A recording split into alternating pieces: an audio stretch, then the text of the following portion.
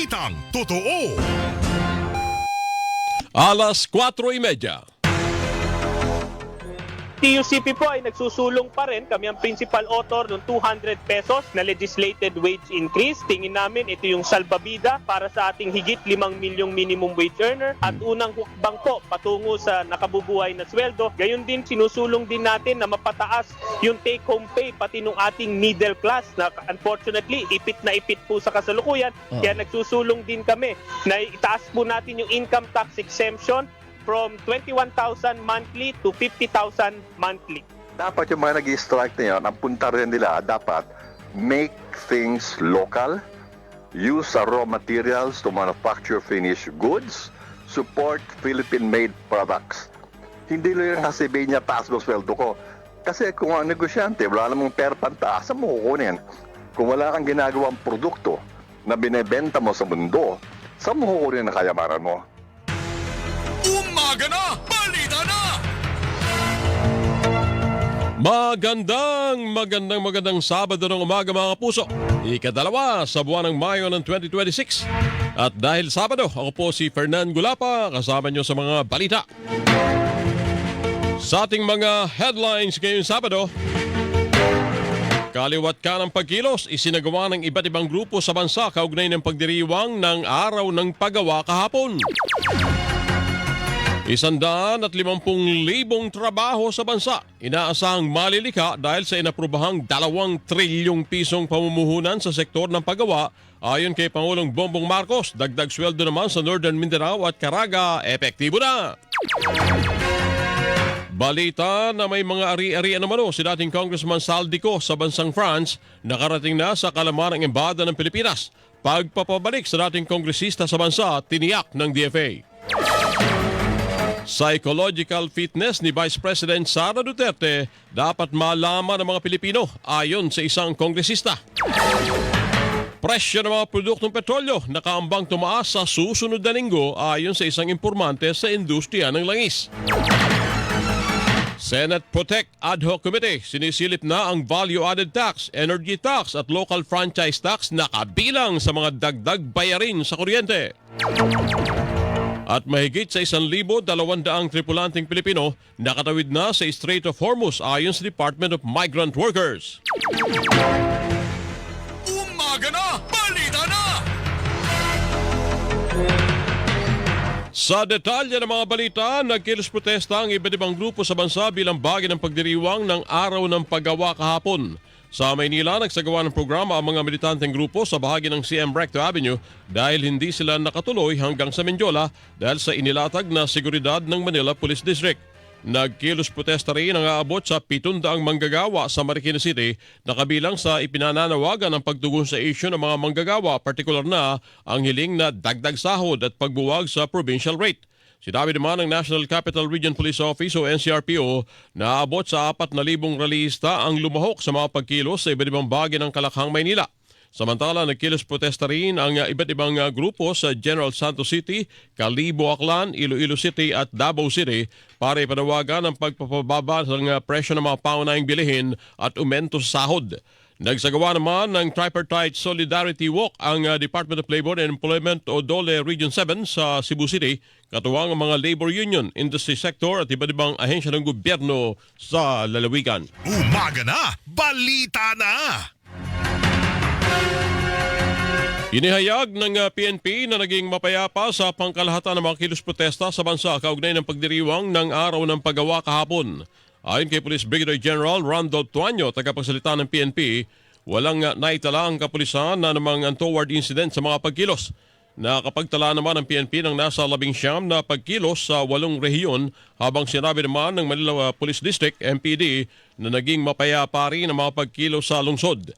Samantala, pumalag naman ang PNP sa aligasyon na overkill ang latag ng kanilang seguridad dahil ginawa lang nila ang nararapat para matiyak daw ang kaayusan at seguridad ng publiko. Nabatid na naka-full alert status ang PNP hanggang ngayong araw. Kayo'y nakikinig sa Umaga na! Balita na! Nagsagawa ng mega job fair sa iba't ibang lugar sa bansa ang Department of Labor and Employment o DOLE kasabay ng pagdiriwang ng Araw ng Paggawa o Labor Day kahapon. Sa Pasay City, ginanap ng DOLE ang isang job fair sa SMX Convention Center na may handog na 76,000 trabaho para sa mga interesadong aplikante. Dinagsari ng mga aplikante ang job fair sa Robinsons Galleria sa Quezon City na pinangunahan ng Department of Migrant Workers kung saan tampok naman ang nasa 3,400 na job order mula sa iba't ibang bansa. Samantala, nagtugon naman si Pangulong Bongbong Marcos sa General Santos City para sa isang job fair sa lungsod kung saan ibinida niya ang pagtaas ng bilang ng mga trabaho sa bansa. Ginanap din ang isang mega job fair sa isang mall sa Cebu City kung saan naabot sa 5,000 bakanteng trabaho ang pinagpilian ng mga aplikante. Umaga na, balita na sa Super Radio DZBB. Aabot sa halos 2 trilyong pisong pamumuhunan ang naaprubahan nung nakaraang taon na magreresulta para makalika ng nasa 150,000 na trabaho. Ipinagmalaki ito ni Pangulong Bongbong Marcos sa dinalhuang aktibidad sa General Santos City kaugnay sa pagdiriwang ng Araw ng Paggawa. Ibinida rin ng Pangulo na mula June 2022 hanggang nitong nakalipas na Pebrero ay umabot sa 1.5 milyong aplikante ang nakibahagi sa 6,600 na job fairs kung saan mahigit sa 250,000 ang agad na natanggap sa trabaho. Samantala, ipinagmalaki rin ng Pangulo ang iba't ibang programa ng pamahalaan ngayong nararanasan ang krisis sa langis. Kabilang dito ang tulong sa sektor ng transportasyon at balik ginhawa program ng GSIS, bukod pa sa loan condonation ng SSS at pinalakas na maternity benefits ng PhilHealth. Patuloy din naman ang pagsusuri sa mga wage orders sa iba't ibang rehiyon kung saan epektibo na simula kahapon ang dagdag sahod sa Northern Mindanao at Caraga Region. Umaga na, balita na!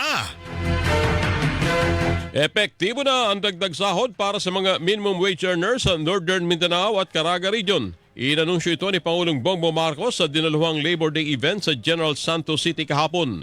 Dahil dito, tumaas na sa 485 pesos hanggang 500 pesos ang arawang sahod ng mga manggagawa sa Northern Mindanao habang umakyat naman sa 475 pesos ang daily minimum wage sa Caraga. Ayon sa Pangulo, mula June 2023 hanggang April 2026, 89 na wage orders na ang naaprubahan ng mga Regional Tripartite Wages and Productivity Board. Samantala, magiging epektibo na rin sa unang araw ng Hunyo ang taas-sweldo sa Eastern Visayas at Zamboanga Peninsula. Umaga na, balita na sa Super Radio DZBB. Kailangang magbago ng pag-iisip ng mga manggagawa at gobyerno sa usapin ng pagpapalago sa ekonomiya para tuluyang umunlad ang bansa. Ito ang sinabi ni Jose Luis Yulo Jr., Pangulo ng Chamber of Commerce of the Philippine Islands, kasabay naman ang pagdiriwang sa Araw ng Paggawa. Ayon kay Yulo, bukod sa mga panawagang dagdag sahod at pagbasura sa mga polisiya na nagpapahirap sa mga manggagawa, dapat din ay panawagan ang pagsuporta sa lokal na produkto at pag-iwas sa importasyon. Dapat yung mga nag-i-strike na yan, ang punta rin nila, dapat make things local, use raw materials to manufacture finished goods, support Philippine-made products. Hindi lang sabihin niya, taas mo sweldo ko. Kasi kung ang negosyante, wala namang pera pantaas, saan mo kukunin? Kung wala kang ginagawang produkto na binebenta mo sa mundo, saan mo kukunin ang kayamanan mo? Sa kabilang banda, sinabi ni Yulo na hindi umaalagwa ang ekonomiya ng bansa dahil palaging nag-iiba ang direksyon ng pamahalaan tuwing nagbabago ang administrasyon. Isang presidente sasabihin niya, agricultural development. The next president, OFW. The next president, tourism. So parang hindi natin malaman, tayo ba yung gusto natin maging doktor? Gusto mo ba maging engineer? Gusto mo maging arkitekto? Kaya yung Chamber of Commerce, gumawa po kami ng Economic Compass, Pillars 5, to guide our government and country for the next 40 years. Kabilang sa 5 pundasyon ng Economic Compass ng Chamber of Commerce ay pagbago at pagtutok sa sektor ng edukasyon, pamahalaan at ekonomiya. Kasama rin dito ang pangangalaga sa kalikasan at pagpapalakas sa infrastruktura, gayon din ang pagiging competitive ng lokal na negosyo at produkto. Kayo'y nakikinig sa Umaga na, balita na! Nagpasalamat si Vice President Sara Duterte sa mga manggagawa sa iba't ibang sektor ng lipunan kasabay ng pagdiriwang sa Araw ng Paggawa.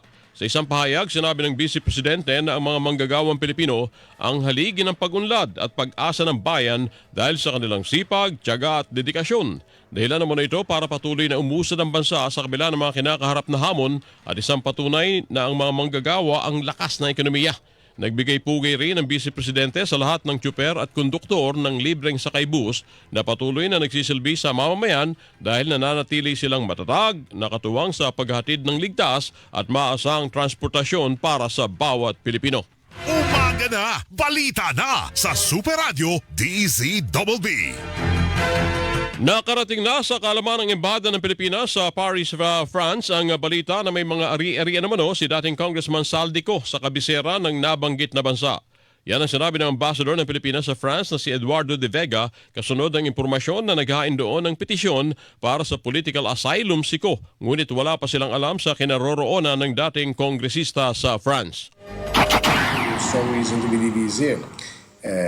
Of course, there are ideas as to his property here, but he's not been cited there either. Sa ngayon, hindi rin naman basta mapupuntahan o maimbestigahan ng mga opisyal ng Pilipinas sa mga umano'y ari-arian doon niko dahil sa mga umiiral na batas sa France. Be breaking the rules, or better put, we would be infringing on the sovereignty of France. Kasi ang investigations, police detective work, dapat sila. Kahit din naman na mamataan siko doon ay limitado ang kayang gawin ng opisyal ng bansa dahil umiiral lang sa Pilipinas ang arrest warrant laban sa dating kongresista. Wala kami dito ang kapangyarihan, whether the Filipino community or the embassy, to arrest him. It has to be done through the host government, maybe through Interpol. Ang tinig ni Eduardo de Vega, Ambassador ng Pilipinas sa bansang France. Umaga na, balita na. Hindi patiyak sa ngayon ang pamahalaan kung mapagbibigyan si dating Congressman Saldico sa kanyang petisyon para sa political asylum sa France. Ayon kay Eduardo de Vega, Ambassador ng Pilipinas sa France, kung mapagbibigyan ang petisyon nito, mabibigyan siya ng international protection. Pero alam na umano ng France na gusto ng pamahalaan na mapauwi siko at hindi siya pinupolitika. Fugitive from justice. He's not being politically persecuted. He should come home or be brought home to face justice. Alam na mga Francis yun. Tiniyak naman ng Department of Foreign Affairs o DFA na patuloy ang ginagawa nilang paraan para mapabalik ng bansa siko sa lalong madaling panahon. Wala namang impormasyon ang abogado niko tungkol sa kasalukuyang kinaroroonan ng dating kongresista. Asylum seekers, asylum issues is just a very sensitive matter for Europe because it is EU regulations and they're this is their regulation. So, but rest assured that we are doing everything within the confines of the law on how to go about in. Ang tinig ni Foreign Affairs Secretary Maria Teresa Lazaro. Kayo'y nakikinig sa Umaga na, balita na. Nababahala si Manila 3rd District Representative Joel Chua, miyembro ng House Justice Committee sa psychological preparedness ni Vice President Sara Duterte na pamunuan ng bansa. Kasunod pa rin ito ng mga kontrobersyal na pahayag ng pangalawang Pangulo na maituturing umano na isang violent rhetoric. Ayon kay Chua na siya rin pinuno ng House Committee on Good Government and Public Accountability, maituturing na national security concern ang anumang pagbabanta sa Pangulo at hindi ito biro dahil hindi ordinaryong tao ang pangalawang Pangulo. Nabatid na naitanong sa mga nagdaang pagdinig ng Kamara ang psychological condition ni Vice Presidente dahil sa umano'y history of violence. Dahil dito ay giniit na mababatas na mga ito ay hindi basta issue ng politika at sa halip ay usapin ng national security at kahandaang mamuno. Nanindigan din si Chua na dapat malaman ng mga Pilipino kung handa ba ang Vice Presidente na mamuno hindi lang sa papel kundi sa asal, pag-iisip at sa kakayahan na magdesisyon ng may katinuan. Umaga na, balita na sa Super Radio DZBB. Iginiit ng National Bureau of Investigation o NBI na seryoso si Vice President Sara Duterte sa kanyang mga banta kina Pangulong Bongbong Marcos, First Lady Lisa Araneta Marcos at dating House Speaker Martin Romualdez. Kasunod ito ng kanilang rekomendasyon na sampahan ng 3 bilang ng kasong grave threat at isang bilang ng inciting to sedition ang Vice Presidente. Ayon sa NBI, ang mga banta ng pangalawang Pangulo ay hindi bunsod ng pansamantalang bugso ng galit at sa halip ay masusi umanong pinag-isipan. Lumalabas din naman sa kanyang pananalita na desidido siyang aksyonan ng kanyang banta at hindi siya nagbibiro. Kabilang din sa mga ginawang basihan ng NBI ay ang sinabi ng Vice Presidente sa kanyang online press conference noong November 2024 nang magbanta siya na ipapapatay ang Pangulo, maging ang nauna niyang pulong balitaan October 2024 kung saan sinabi niyang naisipan niyang pugutan ng ulo si Pangulong Marcos. Dahil dito, sinabi ng ilang miyembro ng House Committee on Justice na mabigat na itong ebidensya laban kay Duterte. Sinusubukan naman ng GMA News na makakuha ang panig ng Vice Presidente. Umaga na, balita na sa Super Radio DZBB. Iginiit ng partidong Lakas CMD na hindi nila dinidiktahan ang kanilang mga miyembro kaugnay ng proseso ng impeachment laban kay Vice President Sara Duterte. Sa gitna ito ng pag-uusap ng iba't mga partido sa Kamara hinggil sa impeachment kung saan 106 na mga kongresista o 1/3 na miyembro ng Kamara ang kailangang bumotong pabor para lumusot ang reklamo laban sa Vice Presidente. Ayon kay Lakas CMD member Representative Janet Garin, hindi umano nila dinidiktahan ang kanilang mga miyembro dahil sa 81 miyembro ng Lakas CMD sa Kamara, kalahati o higit pa ang pabor sa impeachment. More than half. Baka 2/3 will be in favor, 1/3 will not be. It's a moving number, even if it's our moral obligation and our duty. Siyempre, meron ding iba na iisipin nila, ayaw nila na magkaroon ng political enemies. Meron ding iba na mga nagsasabi na initially okay, pero merong factor kasi may mga groups with influence, no, na, or let's say, merong mga kumakausap din sa kanila na to protect, no, the Vice President. Ang tinig ni Lakas CMD member Representative Janet Garin. Samantala, naniniwala naman si Bicol Saro Party List Representative Terry Ridon na maraming miyembro ng Party List Coalition naman na alyansa ng mga Party List representatives ang pabor sa impeachment. Mga party list, more than half of it would most definitely support impeaching the Vice President. Ang tinig ni Bicol Saro Party List Representative Terry Ridon. Umaga na, balita na. Maaari magdaos ang Senado ng impeachment trial kahit naka-adjourn ang sesyon ng Kongreso. Ayon kay Senate President Vicente Soto III, hiwalay ang sesyon at mga katungkulan ng Senado bilang legislative body mula sa pagiging impeachment court. Sinabi ito ni Soto sa harap ng posibilidad na maiakyat ng Kamara sa Senado sa May 12 ang articles of impeachment laban kay Vice President Sara Duterte. Sa legislative calendar, magbabalik ang Kongreso sa regular na sesyon sa Lunes, May 4, magsasara sa June 5 at magbabalik para sa second regular session ng 20th Congress sa July 26.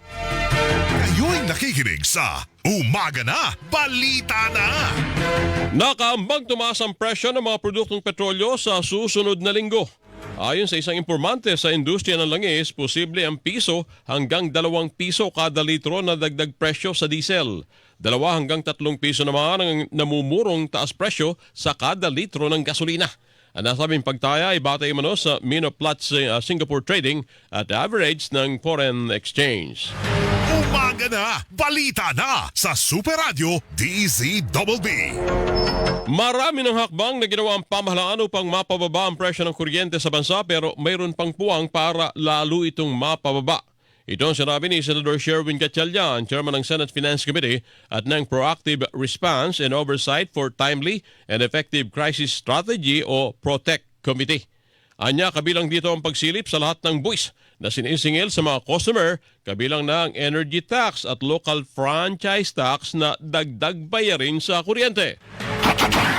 Matagal na itong energy tax na ito. At meron din dito mga local franchise tax na matagal na rin to. So kailangan talaga i-review para tingnan natin kung angkop pa ba itong mga taxes na ito sa panahon ngayon at mapababa rin natin yung presyo ng kuryente. Pabor din si Gatchalian na silipin ang sinisingil na system sa loss sa mga customer lalo na ang non-technical na aspeto nito o nawawalang kuryente dahil sa pagnanakaw. Kayo'y nakikinig sa Umaga na, balita na. Muling isusulong sa pagbubukas ng sesyon sa Kamara ang pag-amyenda sa Electric Power Industry Reform Act of 2001 o EPIRA.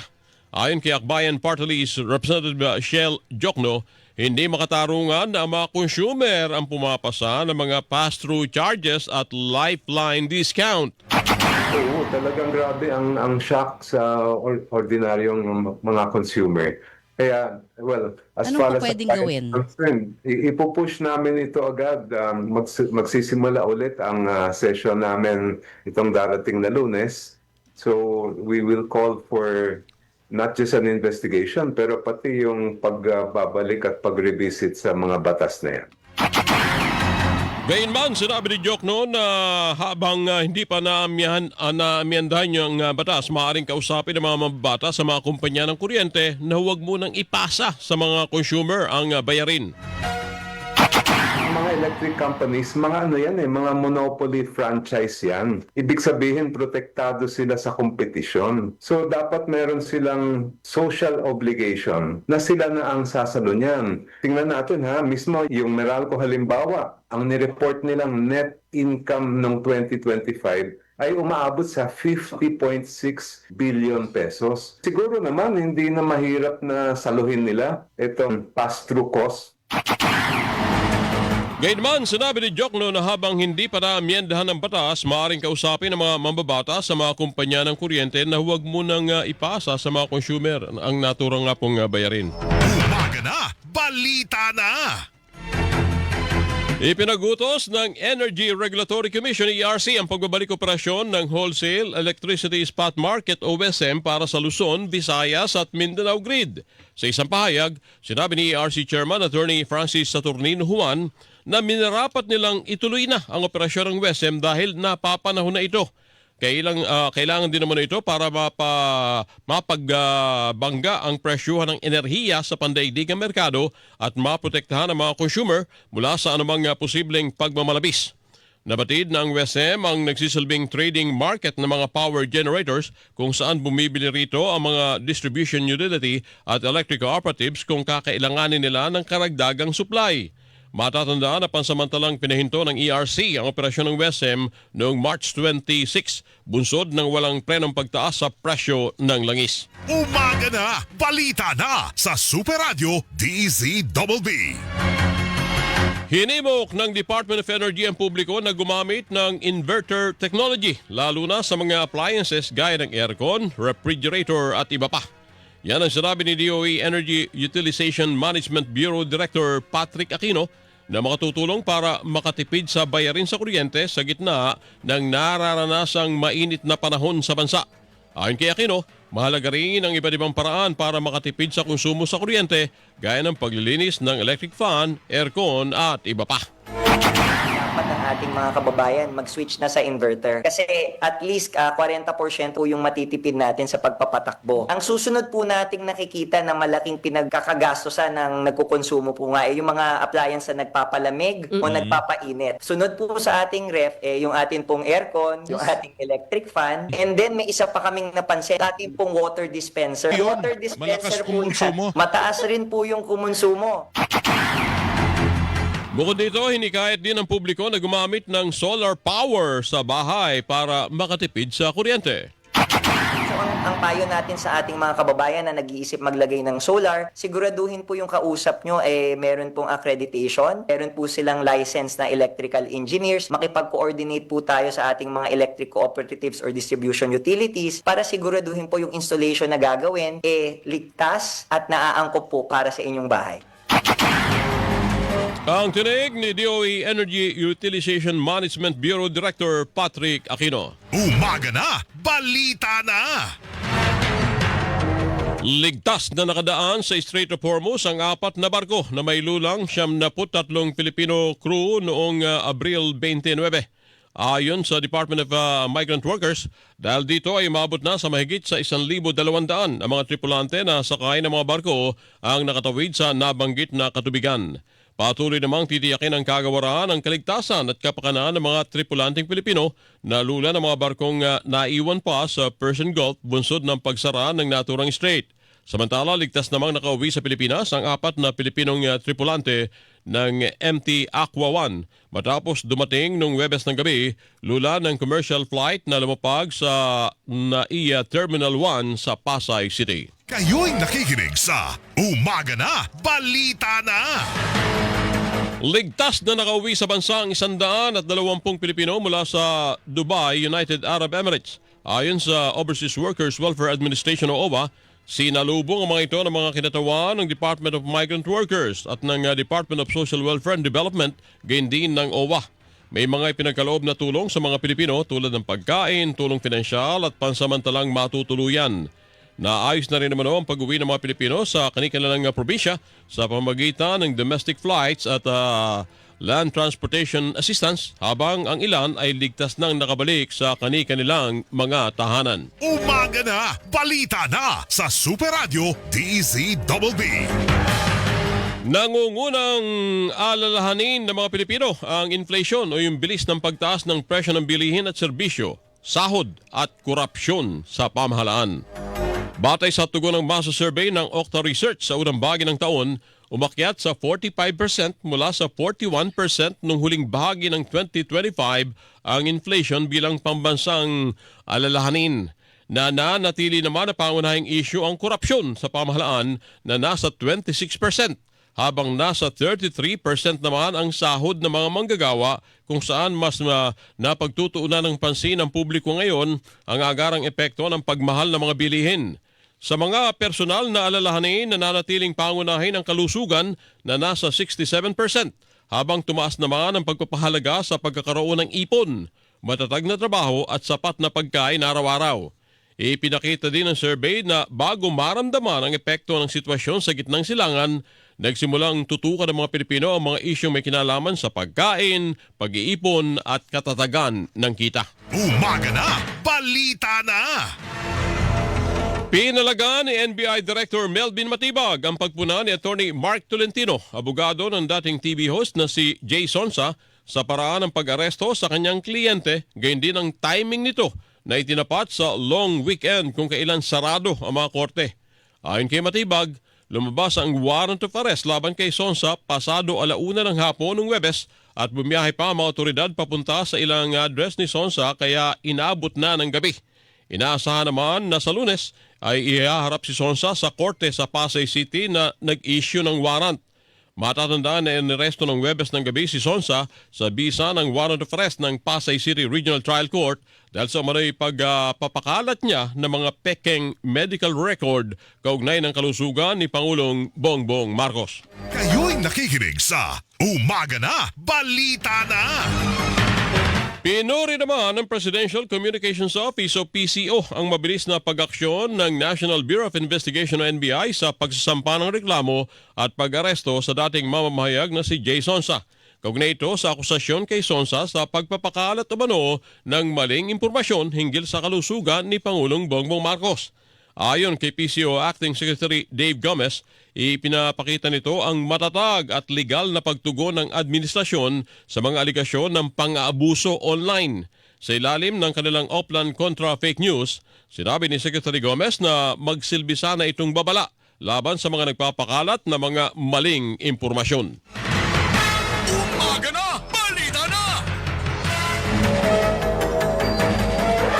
Susunod sa pagbabalik ng Umaga Na, Balita Na.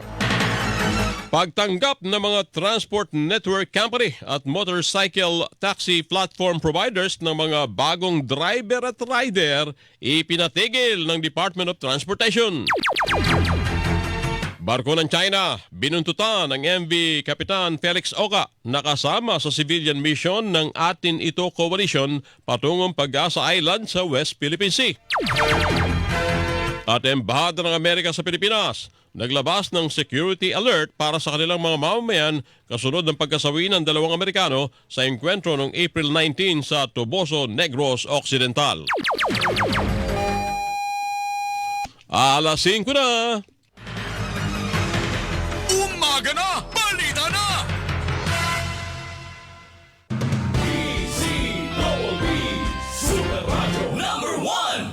Super Radio DZBB, Balitang Totoo.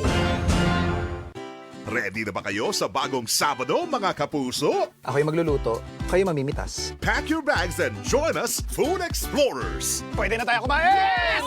Tuwing Sabado, buong Mayo. Lalo siyang bahay. Alam mo yung lutong bahay. Yes. That's what we're looking for. May hatid na saya at masasarap na luto sa inyo. Farm to Table sa GMA. Simula ngayong Sabado, 4:50 ng hapon at sa GTV tuwing Linggo, 7 p.m. Para hindi mahuli sa mga balita, sundan ang mga social media account ng Super Radio DZBB. Mag-subscribe sa aming YouTube channel at i-follow kami sa Facebook, TikTok at X. Hanapin lamang ang Super Radio DZBB para makita ang aming mga official social media account. Tutok na para sa mga balitang tama at totoo, mga kapuso. Nangunguna sa Mega Manila ang GMA Radio sa buwan ng Marso ayon sa AGB Nielsen Media Research. Number 1 sa AM station ang Super Radio DZBB 594 na nakakuha ng 56.3% audience share. Number 1 sa FM station ang Barangay LS 97.1 na nakakuha ng 54.9% audience share. Damang-dama namin ang init ng inyong pagmamahal, mga kapuso at kabarangay. Maraming salamat po dahil kami pa rin ang numero 1 sa inyong puso. Super Radio DZBB at Barangay LS 97.1 GMA Radio number 1. DZBB Super Radio number 1. Super Radio DZBB. Balitang tama, balitang totoo. Umaga na! Balita na! Bantay Panahon!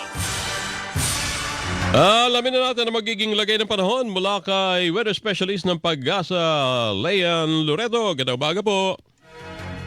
Yes po, good morning po Sir Fernan at sa lahat ng ating mga taga-subaybay. Magdadala po ng maulap na panahon na may kalat-kalat na mga pag-ulan at mga thunderstorms itong easterly sa may malaking bahagi po ng Visayas and Mindanao, maging sa may Sorsogon, Masbate, and sa may Palawan. But for Metro Manila and other parts of the country, generally maaliwalas naman po yung ating panahon, liban na lamang dun sa mga panandaliang buhos ng ulan pagsapit po ng hapon hanggang gabi. Para naman po sa ating heat index dito sa Metro Manila, inaasahan natin yung hanggang 40 degrees Celsius na heat index.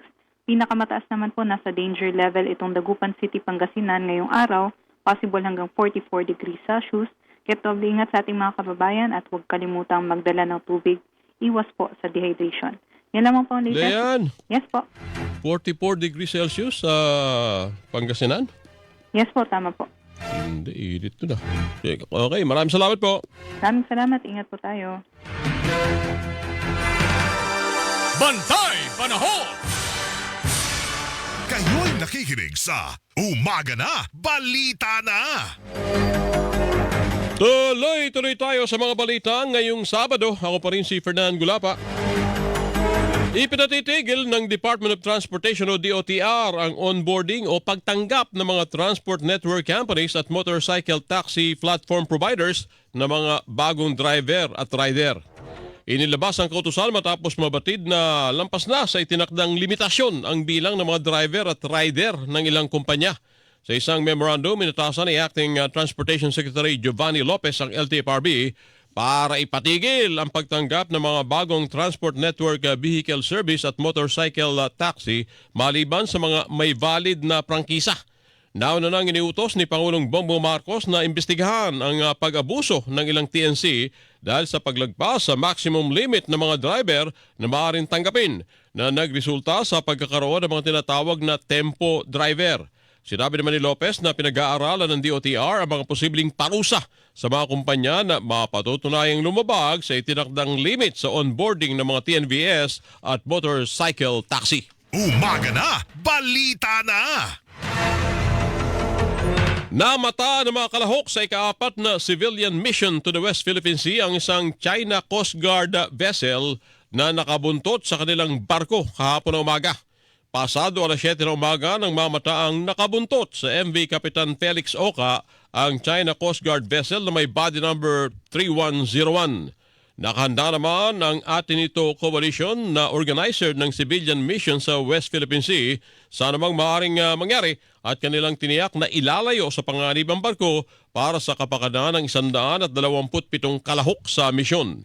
Dahil naman sa 10 oras na delay ng pag-alis ng barko noong Webes, alas 5:30 ng hapon na mamaya naman ang inaasahang dating ng MV Felix Capitan Oca sa Pag-asa Island para magbigay ng tulong sa mga residente sa lugar. Kayo'y nakikinig sa Umaga Na, Balita Na!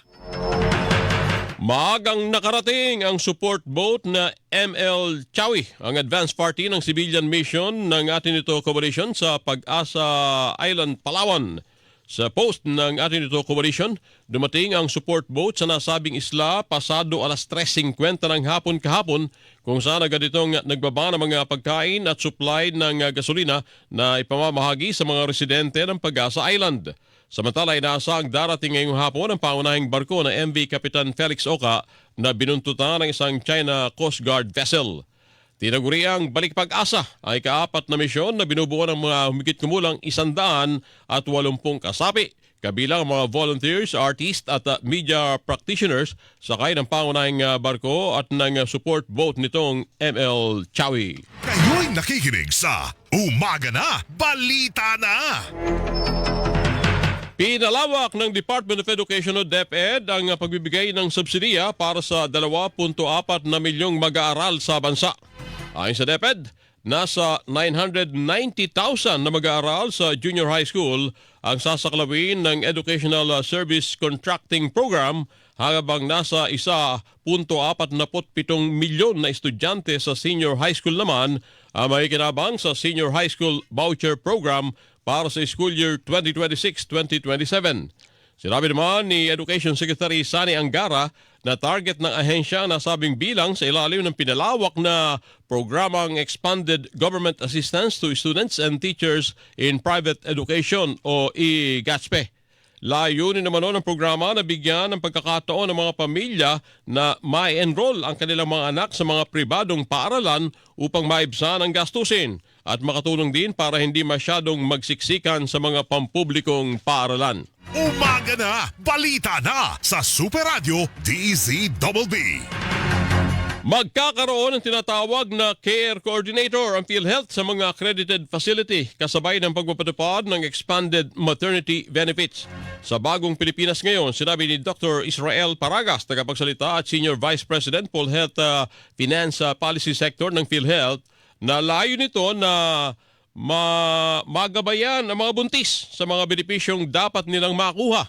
Gayun din na masigurong masusunod ito sa mga accredited nilang pagamutan alinsunod sa direktiba ni Pangulong Bongbong Marcos. Sa ilalim ng Expanded Maternity Benefits, halos triple ang sasaluhin ng PhilHealth.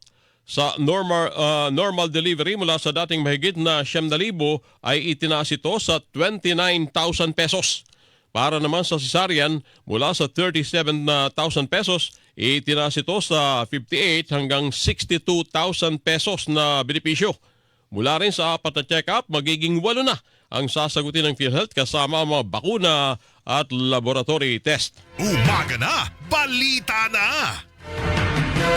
Tiwala ang Tourism Infrastructure and Enterprise Zone Authority o TIEZA na mapanatili ang interes at na mas mahihikayat pa ang mga turista na makita at maranasan ang ganda ng Pilipinas. Sa kabila ito ng epekto ng sigalot sa gitnang silangan at nakakaapekto sa maraming bansa. Ayon kay TIEZA Chief Operating Officer Mark Lapid, sa gitna ito ng mga natapos at nagpapatuloy pang proyekto na magpapahusay ng karanasan ng mga turista, lokal man o dayuhan. Sa kanyang pagharap sa stakeholders sa sektor ng turismo, tinukoy ng opisyal ang rehabilitasyon ng mga paliparan na pinonduhan ito, kabilang ang mga airport sa Butuan, Calbayog sa Samar, Kalibo sa Aklan, Tugigaraw sa Cagayan, Zamboanga City, Rojas City at Siargao. Tinukoy din ni Lapid ang iba pang proyekto ng ahensya, kasama ang Coron Palawan Sewerage Treatment Plant, Boracay Green Tide Chronicles, Aloha Shoreline Rehabilitation at ang mga solar-powered streetlight project. Sinabi ni Lapid na layo ng lahat ng proyekto na mapaganda ang mga pasilidad at maging mas kaaya-aya sa mga dumarayong turista. Kayo'y nakikinig sa Umaga Na, Balita Na! Naglabas ng Orasio Imperata o panalangin para sa sunog sa Nabota Sanitary Landfill ang Diocese of Caloocan. Ayon sa Catholic Bishops' Conference of the Philippines o CBCP, layo ng panalangin na ito na matapos na ang nagpapatuloy na sunog sa landfill na nagdudulot na ng nakalalasong usok na nakaapekto sa mga komunidad sa Metro Manila. Hinihimok din ito ang mga ahensya ng pamahalaan na bilisan ang pag-aksyon at panagutin ang mga responsable sa trahedyang ito. Nababahala rin ang diocese sa panganib sa kalusugan ng nasusunog na landfill, kabilang na ang asthma at respiratory illness, lalo na sa mga kabataan, nakatatanda at mga nasa vulnerable groups. Nakasaad din sa dasal at kanilang panalangin at pakikiisa sa mga bumbero, engineer at volunteer na nagtutulungan naman upang maapula ang sunog, kabilang ang mga dayuhang mga eksperto. Ipinanawagan din ng Diocese of Caloocan ang pangmahabang environmental responsibility at hiling sa mga santo na protektahan ang mga apektadong komunidad mula sa nasusunog na landfill. Umaga na, balita na sa Super Radio DZBB. Posibleng pumasok o mabuo sa loob ng Philippine Area of Responsibility ang 1 hanggang 2 bagyo ngayong buwan ng Mayo. Ayon sa Pag-asa, maaaring maglandfall ang mga ito sa Eastern Visayas at dumiretso patungong Southern Luzon. Gayunman, posible itong lumihis, depende sa mga umiiral na weather system. Sa ngayon, walang anumang bagyo na namamataan ng Pag-asa sa loob at labas ng PAR, pero patuloy na umiiral ang easterlies na magdadala ng pag-ulan sa bansa hanggang sa mga susunod na araw. Umaga na, balita na! 1 dosenang minuto makalipas ang alas 5 ng umaga. Umaga na, balita na! DZBB Super Radio #1. GMA Super Radio DZBB, balitang totoo. Ang galing! Pangmatagalan. Parang tayo lang, Han, no? Everest Appliances. Babe, ano ever best decision mo in life? Siyempre, building a home with you. Everest Appliances. Health, wellness, energy saving. Everbest from Everest. Everest Appliances, bringing quality and wellness close to home. Health, wellness, and energy saving. Everbest from Everest. Pag ng mga Wag Nang Mangamba by Kim Perez. Stream now on iTunes, Spotify, Apple Music, YouTube Music, and other digital music stores worldwide. Ready na ba kayo sa bagong Sabado, mga kapuso? Ako'y magluluto, kayo mamimitas. Pack your bags and join us, Food Explorers! Pwede na tayo kumain! Tuwing Sabado, buong Mayo. Lalo siyang bahay. Ayun. Lutong bahay. Yes. That's what we're looking for. May hatid na saya at masasarap na luto sa inyo. Farm to Table sa GMA. Simula ngayong Sabado, 4:50 ng hapon at sa GTV tuwing Linggo, 7 p.m. Mga kabarangay, handa na ba kayo para sa isa na namang super saya na Sabado evening? Tara na't makisaya sa GMA Radio Super Barangayan. Sa darating na May 9, Sabado, alas 5 ng hapon, dadayo naman ang Super Radio DZBB at Barangay LS 97.1 sa Villanova Subdivision Covered Court, Barangay Nagkaisang Nayon, Quezon City para sa isang super unforgettable na gabi. Pangungunahan ang kasiyahan ng mga paborito niyong Barangay LS DJs na sina Papa Ace at Miss Milea. Kasama rin ang ating Super Radio anchors na sina Tony Aquino at Glenn Huego. Siyempre, di mawawala ang ating Super Card Games, Dance Fitness, Singing Lodi at ang inyong mga paboritong GMA Sparkle artists na sina Kim Perez at Jennifer Maravilla. Di lang yan, may chance pa kayong manalo ng cash prizes, GMA Afford the Box at brand new Android phone. Kaya't ano pang hinihintay nyo? Sugod na sa Sabado, May 9, alas 6 ng gabi para sa isang gabing puno ng saya at papremyo sa Super Barangayan. Ang Super Barangayan ay hatid sa atin ng Holiday Footlong, Century Tuna Super Bowl Rice Meal, Bygone, Sangguniang Barangay ng Nagkaisang Nayon Villanova Homeowners Association, Super Radio DZBB 594 at Barangay LS 97.1 Forever.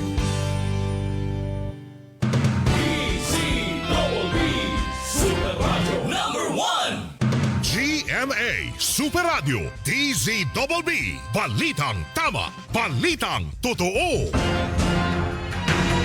Umaga na! Tuloy-tuloy tayo sa mga balita ngayong Sabado.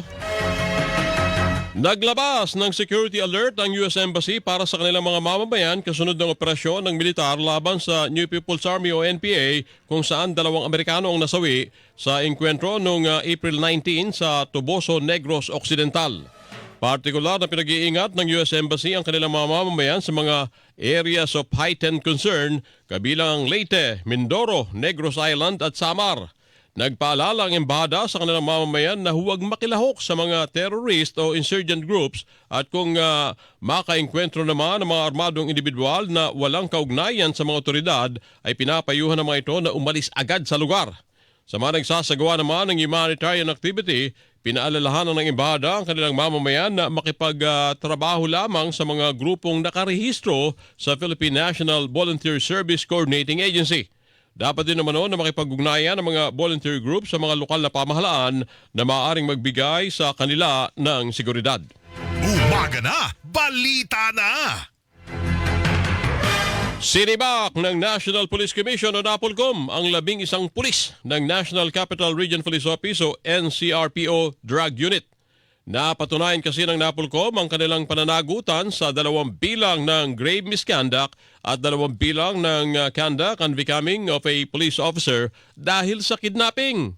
Ayon sa NAPOLCOM, nagugat ang kaso sa reklamo ni na Milagros Estacio at Elizabeth Soto noong September 3, 2025 na sangkot ang ilang pulis sa pagdukot sa kanilang mga anak noong 2021. Tinukoy din ng mga complainant ang posibilidad na konektado sa mga nawawalang sabungero ang kaso ng kanilang mga anak. Kayo'y nakikinig sa Umaga na, balita na! Kinikilala ng pamunuan ng Philippine National Police ang desisyon ng National Police Commission NAPOLCOM na ipatanggal sa serbisyo ang 11 pulis ng NCRPO na isinasangkot sa missing sabungeros at pagdukot sa 2 individual sa Maynila at sa Las Piñas City. Ayon kay Police Brigadier General Randolph Tuanyo, tagapagsalita ng PNP, na ninindigan ng pambansang pulisya na ang mga pagkakasangkot sa mga iligal na gawain ay isang pagtataksil sa tiwala ng publiko. Walang puwang umano sa organisasyon ng pag-aabuso sa kapangyarihan. Patuloy din naman nila na isinusulong ang internal cleansing sa hanay ng PNP para matiyak na karapat-dapat lamang sa uniforme ang mananatili sa serbisyo. Umaga na, balita na sa Super Radio DZBB. Nakikita ng PNP ang motibong business rivalry o away sa negosyo sa insidente ng pamamaril sa Tibug Avenue, Quezon City noong Martes na ikinasawi ng 2 individual.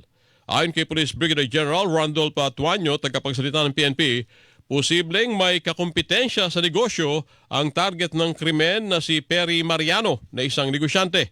Nabatid na maliban sa pagiging billiard icon, si Mariano ang nagmamayari ng mga bar at mayroong hawak na mga small town lottery. Samantala na nanatili naman sa 2 ang persons of interest sa krimen pero hindi pa rin tukoy ang kanilang pagkakakilanlan sa kabila ng mga larawan na nakuha mula sa CCTV.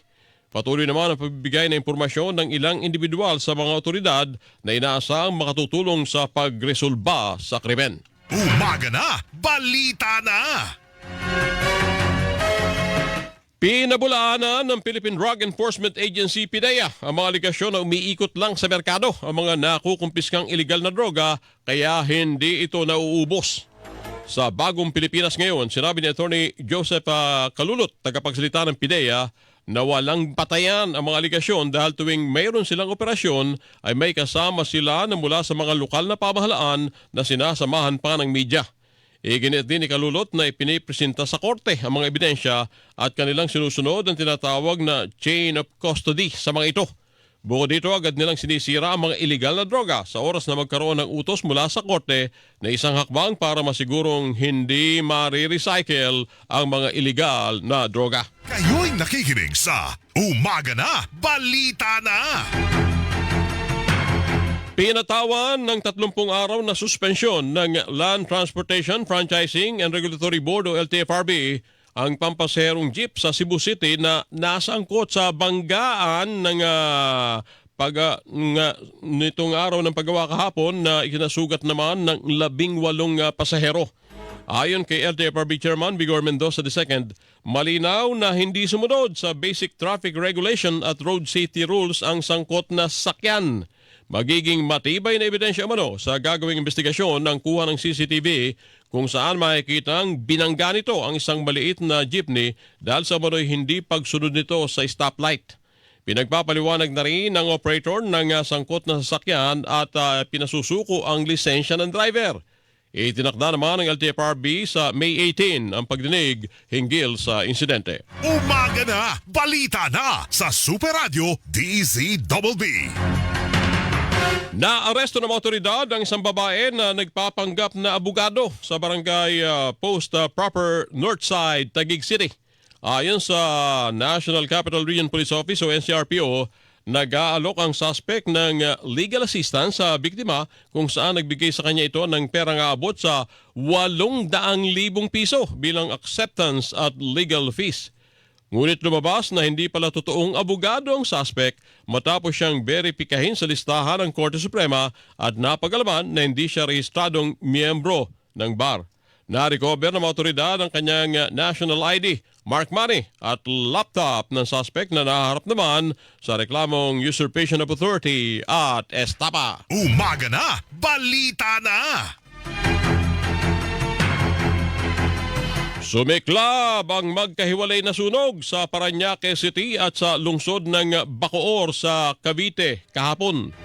Sa Parañaque City, sinabi ng Parañaque Command Center na nagsimula ang sunog sa isang residential area sa Barangay BF Homes pasado alas 3:51 ng hapon at umabot sa ikalawang alarma.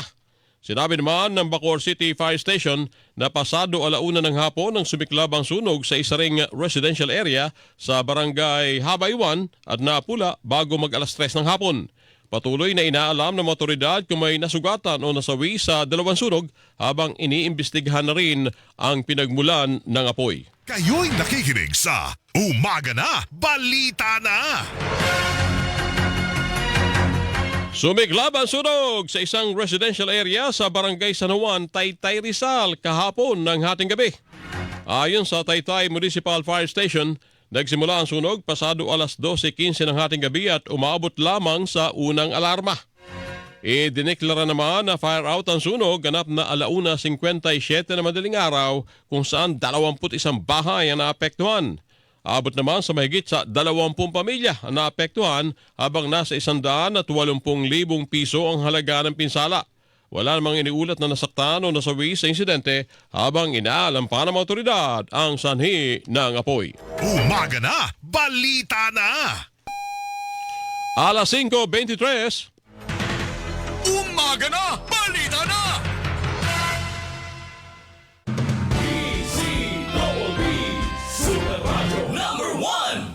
GMA Super Radio DZBB, balitang totoo. Nangunguna sa Mega Manila ang GMA Radio sa buwan ng Marso ayon sa AGB Nielsen Media Research. Number 1 sa AM station ang Super Radio DZBB 594 na nakakuha ng 56.3% audience share. Number 1 sa FM station ang Barangay LS 97.1 na nakakuha ng 54.9% audience share. Damang-dama namin ang init ng inyong pagmamahal, mga kapuso at kabarangay. Maraming salamat po dahil kami pa rin ang numero 1 sa inyong puso. Super Radio DZBB at Barangay LS 97.1 GMA Radio number 1.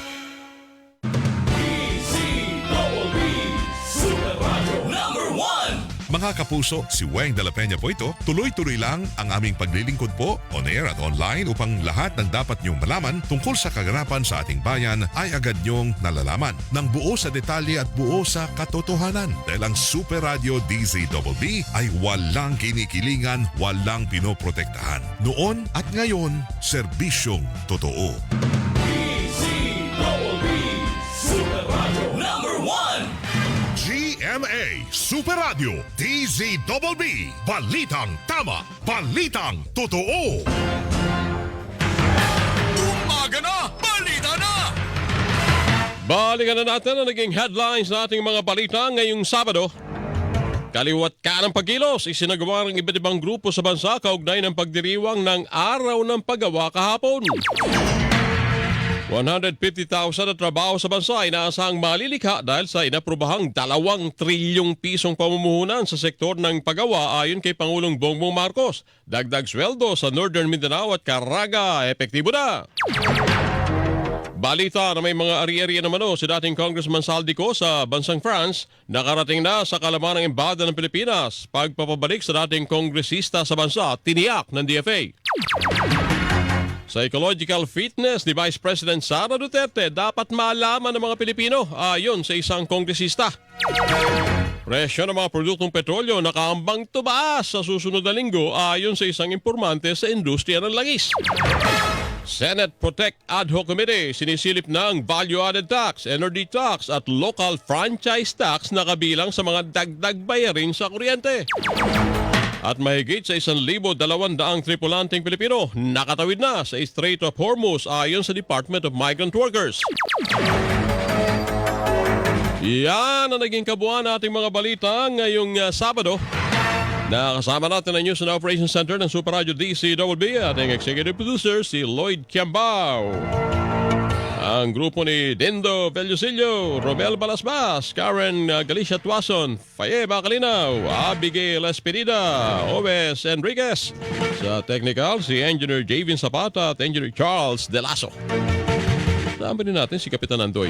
Ako po si Fernan Gulapa. Lagi na nag-iwan sa lahat nating gagawin. Lagi na isa-isip ang Panginoong lumikha. Ano po mga kapuso? Double Weng sa Double B, Weng Salvacion at Weng de la Peña na. Susunod mga kapuso. At balik tayo bukas sa Ligwapo alas 4 na umaga. Mga kapuso, dito po sa DCWB, walang kinikilingan, walang pinoprotektahan. Noon at ngayon, serbisyong totoo.